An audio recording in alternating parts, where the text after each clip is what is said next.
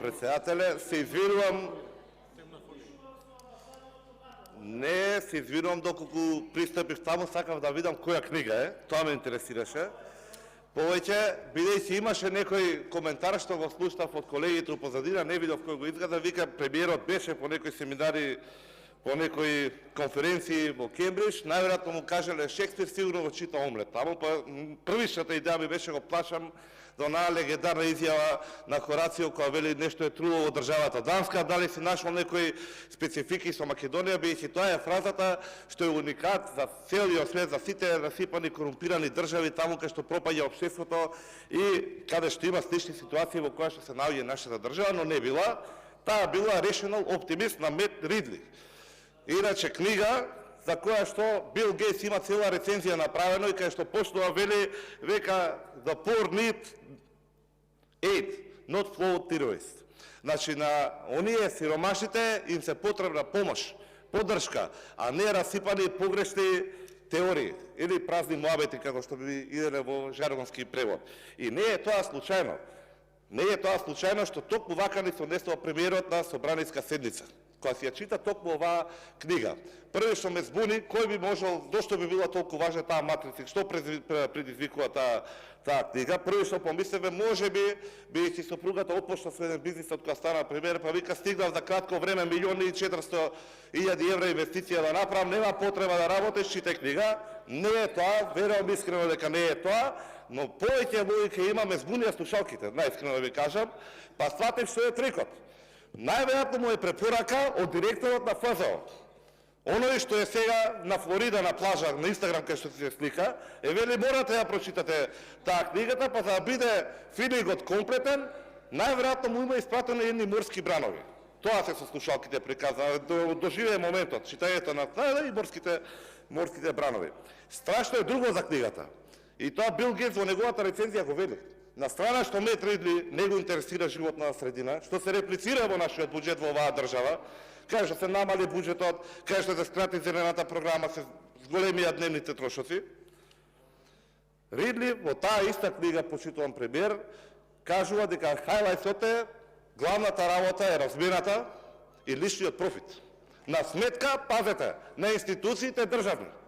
Токму во таа книга, кај што не е важно развојот, науката, education, значи образованието, туку е важен личниот профит и интерес како основен поент на оваа општество. И така ни се однесува владата. Тоа е страшното.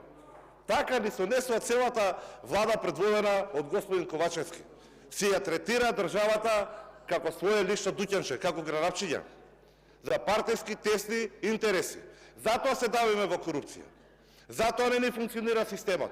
Затоа не ни работат институциите како што треба. Напразни се нашите зборови. Институциите за нив не се важни. Размената и профитот е она што им е нивна водилка. За жал, ние можеме да се расправаме тука колку што сакаме. Еве ќе одеме од најпозитивната страна. Да се најдеме негде на средина. Рековме 100 пати до сега. Дигитализацијата е начинот на кој што може да се намали корупцијата. Дигитализацијата е начинот кај што можеме процесите ги направиме побрзи и поефикасни, поделотворни, мерливи и контролирани. Дигитализацијата е процес на кој што не треба да штедиме. Во ред се прифаќаме. Колку пари се потрошија на дигитализација? Не знаеме. Проверете колку тендери се направени на полето на IT. Проверете колку од тие тендери се со двојни набавки. За иста работа повеќе институции. Проверете ги говорите што значеше дата центарот.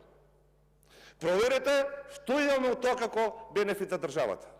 Не е проблем да се одвои. Не е проблем да се поддржи. Проблемот е како се спроведува. И она што е најголем проблем во државата, што нема никаква одговорност. Ова е држава за која што се прави нешто за лични или партиски интереси и за тоа никој не сноси одговорност. И тоа ли се случува. Саркастичен бев, со она проверете колку тендери се направени. Зошто? Бидејќи истата ситуација сега што ни се случува во ФЗО ја имавме во бирото за јавни набавки. Од оваа говорница ме прашував. Кој е тој што ќе каже прво што е направено?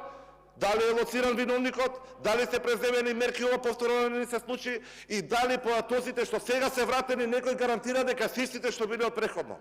Укажав токму вашите функционери какво бреме имаат на својот грб. дека не постои човек во држава што може да гарантира дека барем еден файл, барем еден лист од било која постапка милионска или мала, не недостасува сега во системот и поради тоа што еден ден истиот тој функционер од вашите редови може да одговара кривично и да лежи. Сите до еден ги пуштите по вода. Сите до еден. На сметка на личниот интерес или несносењето на одговорност. Затоа сум и толку љут. Не говориме овдека за одговорноста на 20 министри што се директно засегнати од ова што ни се случува. Тука говориме за проблеми во системот. Една држава треба да биде механизам од добро синхронизирани и усогласени компоненти кои што функционираат со крајна цел да има некој производ. Тоа е или обезбедување на услови за бизнисот да работи, или безбедност на граѓаните и конечно развој на самата држава во иднина. Било која компонента кај што имаме проблем, не функционира системот. Од каде да почнеме, за да се уверите самите колку сериозен проблем го имаме ова со ФЗО што се случува. Па ние уште не можеме да ги решиме мейловите заканите по школите, повторно децата не учат. Повторно го реметиме мирот. Се крши образовниот систем, а сега треба да дискутираме за ваква посериозна работа. А не дознаваме уште со Бојана што се случува. Пазете, хакиран системот, блокирани платоците 15 дена директора си е на плажа. И ворете, ќе кажам, се случува. Држава се, големи се разбира дека ќе бидеме предмет цели на интереси, на напади и така натаму.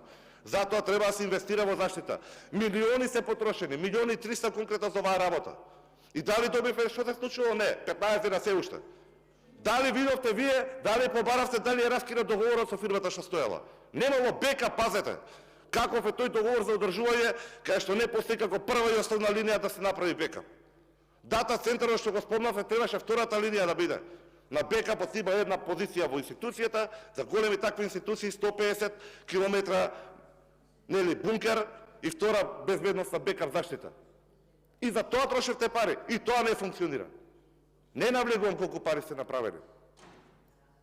Ние тоа го немаме. Дали видовте договорот, дали е раскинат? Не. Дали е директорот сменет? Не. Дали МВР поднесе иницијатива за носење одговорност? Да испита што се случило. Може би некој внатре. Може би не е напад од надвор. Дали некој ќе одговара за ова? Искуството со Бојана ни кажува дека не е. Дали фирмата е ставена на црна листа? Не е. Ништо нема од тоа. Дали и може некој од вас да ми каже дека немаме ризик повторно ова ни се случи уште утре во друга институција? Нема ни таков. Зашто и вие самите знаете дека со ваква држава, со ваков однос, не е одговорен, не е сериозен, реалноста е таква како што е. Дека само ќе се множат институциите и тоа ќе биде како домино ефект. Е така се руши држава. Во држава која што не се одговара кога живи луѓе ви горат, мислите дека некој ќе одговара за платоците. И толку дали, не носи до само едно логичен заклучок. Не можам да сватам и не можам да прифатам дека до толку ни е трул системот. Дека имаме до толку неодговорни функционери ставени на позиции. Не го прифаќам тоа. Да не испадне на крајот, бидејќи веќе пошта нема ни што пари да се крадат пред секои избори како што имаше навика, дека ова си го прави токму самите функционери водени од мислата на Мет Редли, па се исцелат уште 40 милиона евра плюс од институциите на системот. Ви благодарам.